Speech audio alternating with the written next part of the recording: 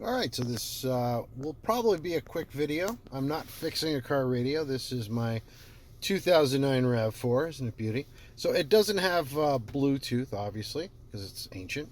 So I hang up my phone here. This, by the way, is the best phone holder I've ever had. Anyway, so I put my phone on here. I can't do it now, obviously, because I'm, using it.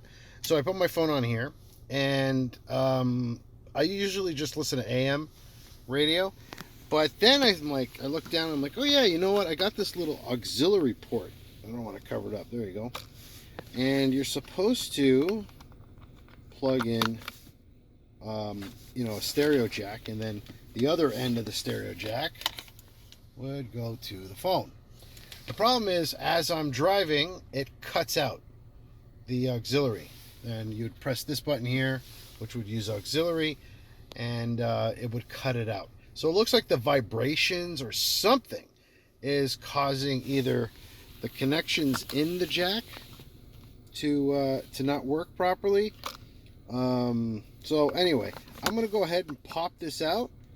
It's easy. You just go on the side here with a knife. I can't do it right now because on camera, because I need both hands. But anyway, let me go ahead and pop this out and let's take a look. So I popped it out using my handy dandy knife. Anyway, you just have to go from the top and kind of do this type of thing. So it comes out here. There you go. Okay, so it's connected. Yeah, that's what I saw online.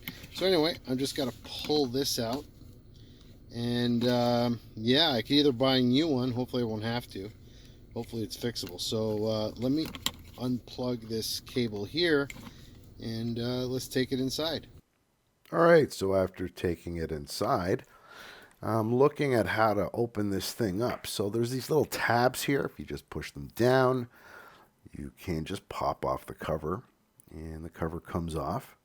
And then I discovered that even with the cover off, the circuit board wouldn't come out. So if you look at the back of the device where the port is, there's these little flaps. There's this little flap at the bottom, so you just got to pop off the sides gently like that, and then it'll just come right out, and then you'll have access to your circuit board. So first thing I'm going to do is just clean it up with some isopropyl alcohol. And next, I'll put it under the microscope to closely take a look at these solder joints and the resistors or whatnot. Everything looked pretty good until I hit this point, and it's exactly what I suspected: cold solder joints.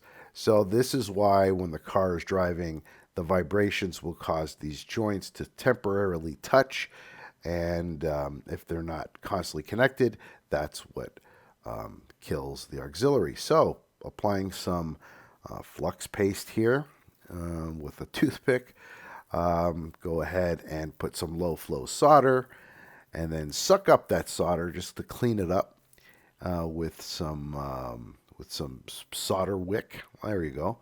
I'm not going to show you the whole process, and then I'm just going to, reflow my own solder on top, and yeah. Days later, weeks later actually, and I put it back in. I got the jack installed. Now I'm using my phone, so I can't hook it up to where I would normally keep my phone to show you that it works. But if I wiggle it now, the auxiliary stays on, and before it would turn off randomly. So it's working, and yeah, there you go. Nice quick little video. If you're having the same problem with yours, that's how you fix it. All right, that's it. Bye.